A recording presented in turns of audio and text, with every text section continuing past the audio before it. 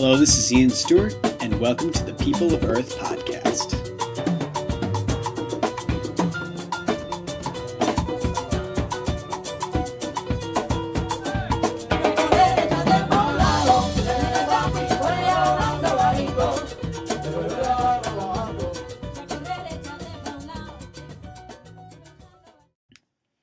Hello, everybody, and welcome back to the People of Earth podcast, where we'll be interviewing many of New York City's top performers in the world music scene. And today we have just one of those people. Today we have a very dear friend of mine and one of my favorite musicians here in New York, piano player Mike Eckroth. Mike is a very impressive musician. I mean, he's played with everybody from Ralph Irizarry to John Scofield and kind of everybody in between, and pretty much every style in between. He's kind of this incredible chameleon of styles and has this amazing ability to go from one to the other kind of seamlessly. He's very unusual in that regard. And so in this interview, I was able to catch him back in April of 2017 when he was just happened to be in my neighborhood of Astoria. We were able to sit down for a few minutes and talk to him about his background growing up in Phoenix, Arizona, and some of the things that got him into the various kinds of world music that he has studied, and some of his philosophies on music in general.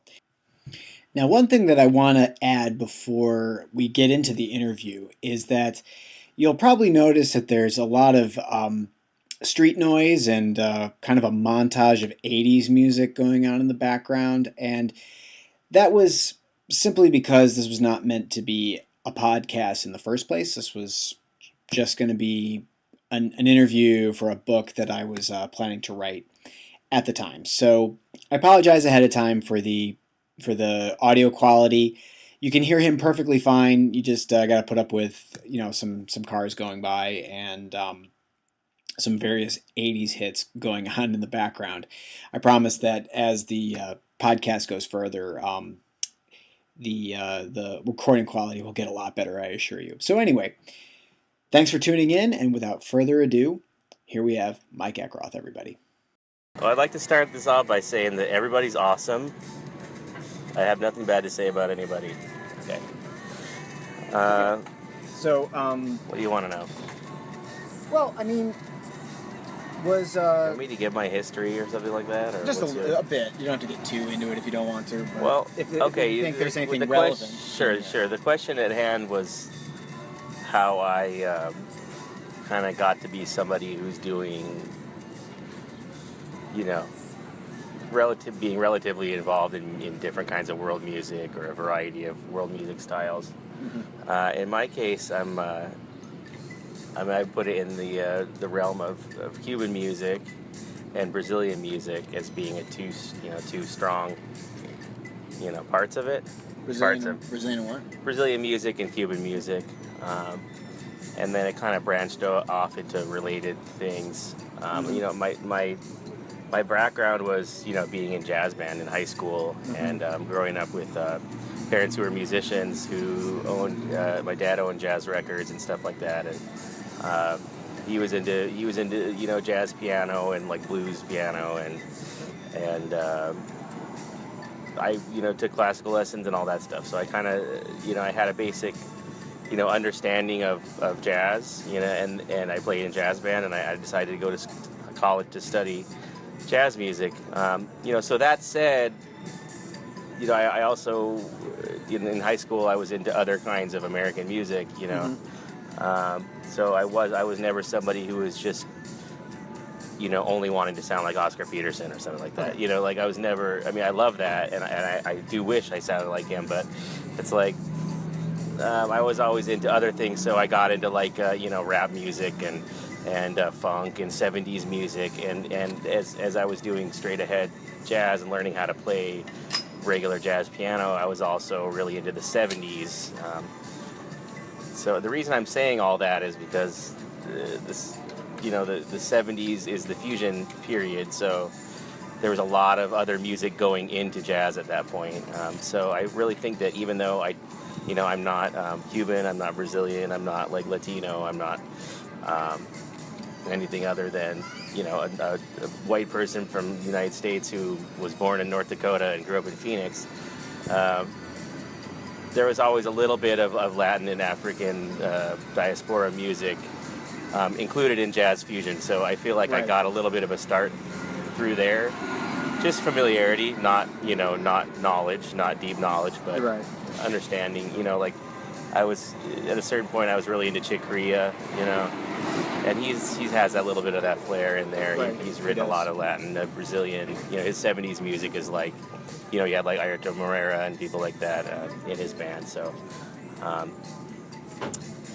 and also, I'm a lifetime fan of Weather Report. And there's a lot of that influence in there. All kinds of world music. Yeah. That's the background. But I mean, by the time I was 18, I was getting into Brazilian music because I had a buddy who was Brazilian, a guitar player. We actually ended up being roommates. We were freshmen together in Arizona, and he came straight off the boat from Brazil to Arizona, and still is a great classical guitar player and improviser, jazz improviser on the acoustic guitar. So I started playing in his band because he hooked up with some other Brazilians, and they had like a band that would play in a bar every Friday. Called The Sounds of Brazil, and they did like everything from like Bahia music to MPB and obviously bossa nova and all that. So, and Hermeto Pascoal, he introduced me to all the mainstays of Brazilian music. We were doing Javan tunes, we were doing Caetano Veloso, we were doing all the big composers. So you really got a well-rounded education in Brazilian music from being around him? From being around him, yeah, and from playing in that group. Yeah. So that was one thing that was going on. And that same year, I played in a guy's percussion recital who did a salsa tune on his recital, and he needed me to write the chart out. So, and I was just, I said, okay, I'll do it. Why not? I was just totally open-minded. I didn't really, think I wasn't going to be able to do it. So I got interested in it, and it just became a kind of a whole vocation for me, studying that music, and which led naturally to Cuban music, because at that point, this is like the late 90s or early mid-90s, they were doing these trips to Cuba where they would bring students over there to study. So a guy that I knew in Tucson, I got my undergraduate in Tucson, a guy that I knew there actually went to one of these programs, and he got all fired up about it, and we had a band, and we started playing Cuban music. And I was actually playing bass. My first the Cuban gig was on an electric bass. Oh, I didn't know you actually physically played bass. I don't physically. I mean, as you know, you're playing 1/5 on everything, so it's not like it wasn't technically hard. Right. But yeah, I did bass for a little bit, and then as we wanted to do more advanced music, I switched to piano. Yeah. And we got a bass player, and so we actually had a band that did stuff like recording, and we would go to Cuba and study with people. Right. So it became a whole thing. So like during that 90s Tiba period, I was really into that music, and that just kind of morphed into playing in regular salsa bands, and then kind of what eventually became this topic of my dissertation, historical older Cuban music, going back to son montuno and charanga, older styles. So, and then after I left Arizona, I kept, going with those two streams in a lot of different ways. So it's kind of I should mention here that I actually had stopped my recorder at one point during the interview, and while the recorder was off, actually asked Mike how he got into styles of South American music from countries other than Brazil. And so in the next segment, he's going to basically start answering that question as I turn the recorder back on. So it's going to seem like it's starting in a completely random place, but that's basically what occurred. Like I said before, this was not actually meant to be a podcast in the first place. This was just an interview for me to take notes on for a book I was planning to write at the time. So anyway, keep listening, keep enjoying, and see you at the end. Yeah, that's something I've become a lot more interested in recently, in the last few years living in New York, and especially after going to Queens.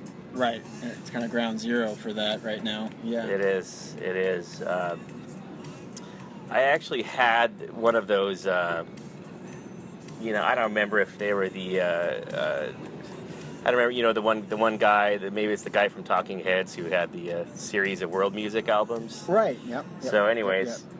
What's his name? David. Even going back to the '90s, I'd been collecting world music albums just to become interested in.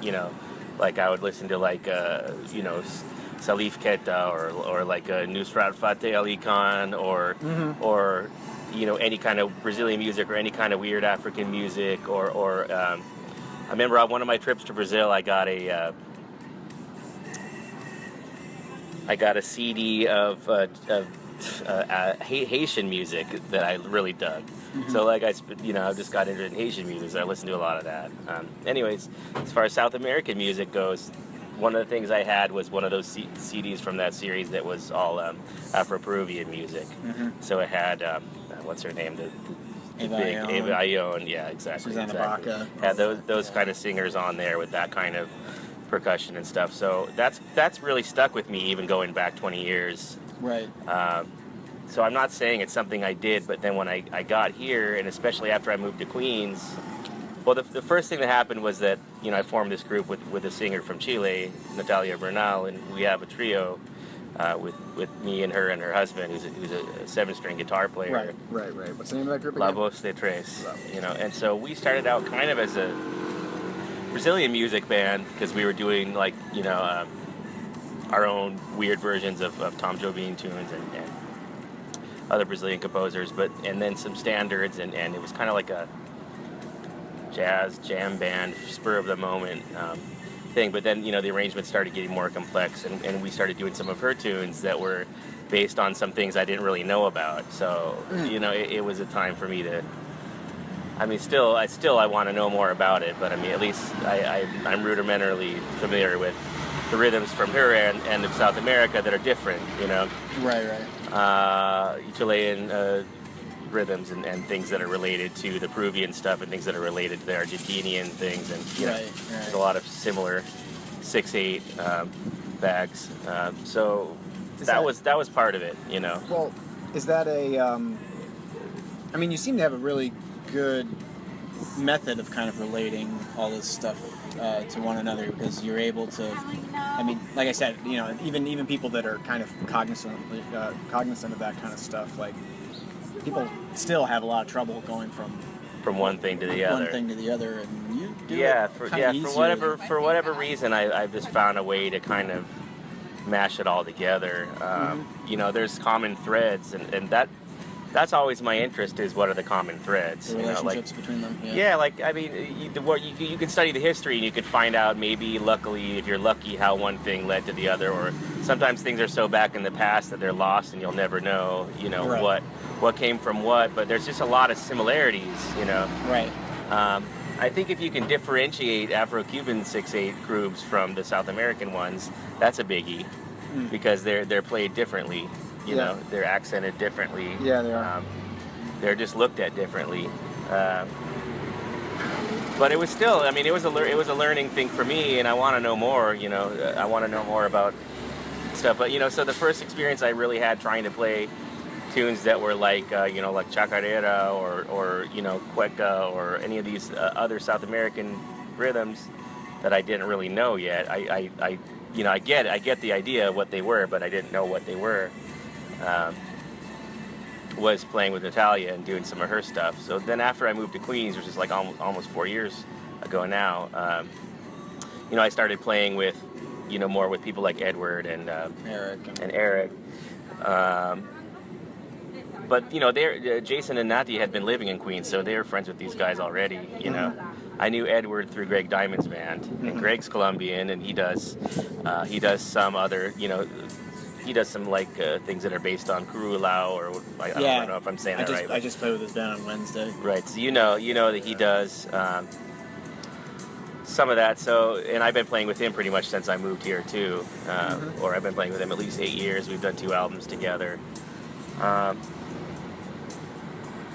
So, and especially through playing with Edward's band, I mean, that was kind of like a cool moment because that band actually had a way, his group Festejation, which is kind of not playing that much right now because the singer is living elsewhere. Yep. But I really like that band, and I'm hoping it's gonna come back because it's kind of like the way they approach it is kind of like turning festejo into almost a timba thing. Yeah, they do. Like it's really cool. Well, Christelle has really cool. She can do both. She's a multilingual musician as well. You know, I really feel good playing with her at home with where she is stylistically. She has amazing energy too. But she is grounded in Cuban music too. You know. Yep. Exactly. But it's a nice transformation actually between. It's kind of fast. It's Festejo 6/8 and as I said, it's a little bit of a mixture of musical mixture in that band. Well, there's definitely between Festejo and Cuban music. There's definitely common ground between the two. Of course, like, more so than most other South American styles to Cuban music. I guess so. I haven't really thought of it that way. Well, it's clave based and he kind of does have a clave. To me, it kind of sounds like rumba sometimes. It does. It does. Like depending on who's playing it and how they're playing it. Also, I think I don't know. I mean, correct me if I'm wrong, but I think Festejo has a thing where it really does sound like 6/8 and 4/4 at the same time. Yeah. So, and there is some of that in rumba. I mean, there's a lot of that in rumba. Yeah, so, like to me, maybe that's what the the connection is. Just the openness. The ability to go into either one while you're playing. Yeah. These little minute differences in feel to between the 6/8 and the 4/4. Mm-hmm. Believe it or not, that's it. Kind of an awkward ending there, I know, but again, this was not meant to be a podcast interview in the first place, so we just kind of ended the interview when I didn't have any more questions for Mike. However, I really love this interview and think that Mike has some really cool things to say here. His story is really interesting. He's really interesting. So, if you enjoyed this episode, be sure to check out Mike and his various projects at his own website, which I will be providing a link for down below. And be sure to sign up for the People of Earth mailing list at People of Earth's website, peopleofearthmusic.com, as well as my own mailing list at ianstewartbass.com. And be sure to tune in for future episodes with more interviews and more notes on People of Earth in general. Thank you very much for listening, and hope to see you in the near future. Thanks.